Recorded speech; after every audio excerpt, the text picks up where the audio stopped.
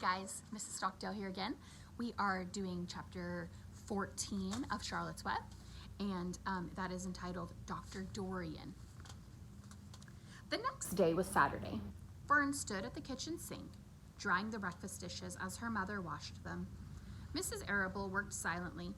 She hoped Fern would go out and play with the other children instead of heading for the Zuckerman's barn to sit and watch animals. "Charlotte is the best storyteller I ever heard," said Fern, poking her dish towel into a cereal bowl. "Fern," said her mother sternly, "you must not invent things. You know spiders don't tell stories. Spiders can't talk." "Charlotte can," replied Fern. "She doesn't talk very loud, but she talks." "What kind of story did she tell?" asked Mrs. Arable.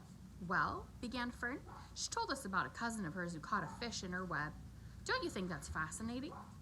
"Fern, dear, how would a fish get into a spider's web?" said Mrs. Arable. "You know it couldn't happen. You're making this up." "Oh, it happened all right," replied Fern. "Charlotte never fibs. This cousin of hers built a web across the stream. One day she was hanging around on the web and a tiny fish leaped into the air and got tangled in the web. The fish was caught by one fin. Mother, its tail was wildly thrashing and shining in the sun. Can't you just see the web sagging dangerously under the weight of the fish? Charlotte's cousin kept slipping in, dodging out, and she was beaten mercilessly over the head by the wildly thrashing fish, dancing in, dancing out, throwing.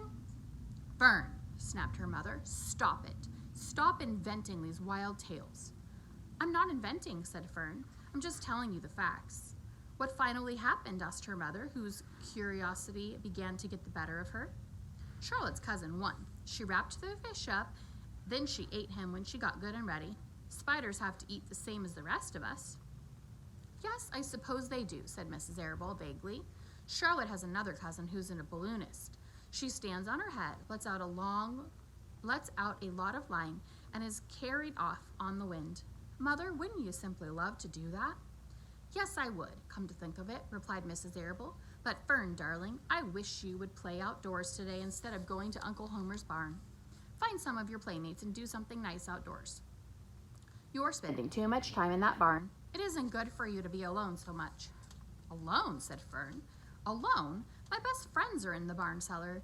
It is a very sociable place, not at all lonely." Fern disappeared after a while, walking down the road toward Zuckerman's. Her mother dusted the sitting room. As she worked, she kept thinking about Fern. It doesn't seem natural for a little girl to be so interested in animals. Finally, Mrs. Arable made up her mind she would pay a call on old Dr. Dorian and ask his advice. She got in the car and drove to his office in the village. Dr. Dorian had a thick beard. He was glad to see Mrs. Arable and gave her a comfortable chair. "It's about Fern," she explained. "Fern spends entirely too much time in the Zuckerman's barn. It doesn't seem normal. She sits on a milk stool in a corner of the barn cellar near the pig pen and watches animals hour after hour. She just sits and listens." Dr. Dorian leaned back and closed his eyes. "How enchanting," he said. "Must be a real nice and quiet down there. Homer has some sheep, hasn't he?" "Yes," said Mrs. Arable, "but it all started with that pig we let Fern raise on a bottle. She calls him Wilbur. Homer bought the pig, and ever since it left our place, Fern has been going to her uncle's to be near it." "I've been hearing about that pig," said Dr. Dorian, opening his eyes. "They say he's quite a pig." "Have you heard about the words that appeared in the spider's web?" asked Mrs. Arable nervously. "Yes," replied the doctor. "Well, do you understand it?" asked Mrs. Arable. Understand what? Do you understand how there could be any writing in a spider's web?" "Oh, no," said Dr. Dorian. "I don't understand it. But for that matter, I don't understand how a spider learned to spin a web in the first place. When the words appeared, everyone said they were a miracle, but nobody pointed out that the web itself is a miracle." "What's miraculous about a spider's web?" said Mrs. Arable. "I don't see why you say a web is a miracle. It's just a web." "Ever try to spin one?" asked Dr. Dorian. Mrs. Arable shifted uneasily in her chair. "No," she replied, "but I can crochet a doily and I can knit a sock." "Sure," said the doctor, "but somebody taught you, didn't they?" And here's Dr. Dorian and Mrs. Arable. "My mother taught me." "Well, who taught a spider?" A young spider knows how to spin a web without any instructions from anybody. Don't you regard that as a miracle? I suppose so, said Mrs. Arable. I never looked at it that way before. Still, I don't understand how those words got into the web. I don't understand it, and I don't like what I can't understand. None of us do, said Dr. Dorian, sighing. I'm a doctor. Doctors are supposed to understand everything, but I don't understand everything, and I don't intend to let it worry me. Mrs. Arable fidgeted. Fern says the animals talk to each other. Dr. Dorian, do you believe animals talk? I never heard one say anything, he replied, but that proves nothing. It is quite possible that an animal has spoken civilly to me and that I didn't catch the remark because I wasn't paying attention. Children pay better attention than grown-ups.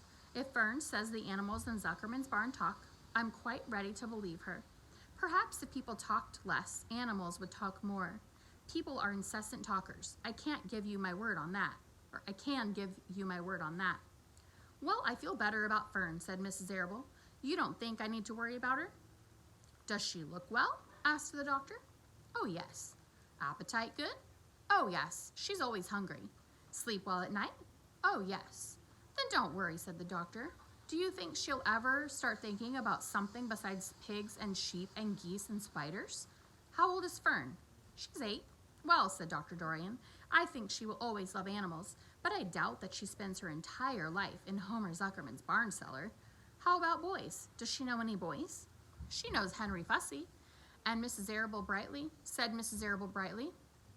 Dr. Dorian closed his eyes again and went into deep thought. Henry Fussy, he mumbled. Remarkable. Well, I don't think you have anything to worry about. Let Fern associate with her friends in the barn if she wants to. I would say, offhand, that spiders and pigs were fully as interesting as Henry Fussy. Yet I predict that the day will come when even Henry will drop some chance remark that catches Fern's attention. It's amazing how children change from year to year. How's Avery? He asked, opening his eyes wide. Oh, Avery, chuckled Mrs. Arable.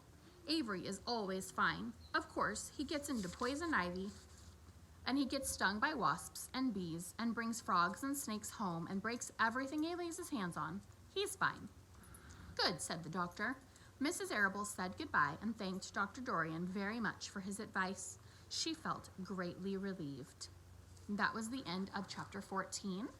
The next chapter, chapter 15, is called Crickets, and we will do that one later. See you later, guys.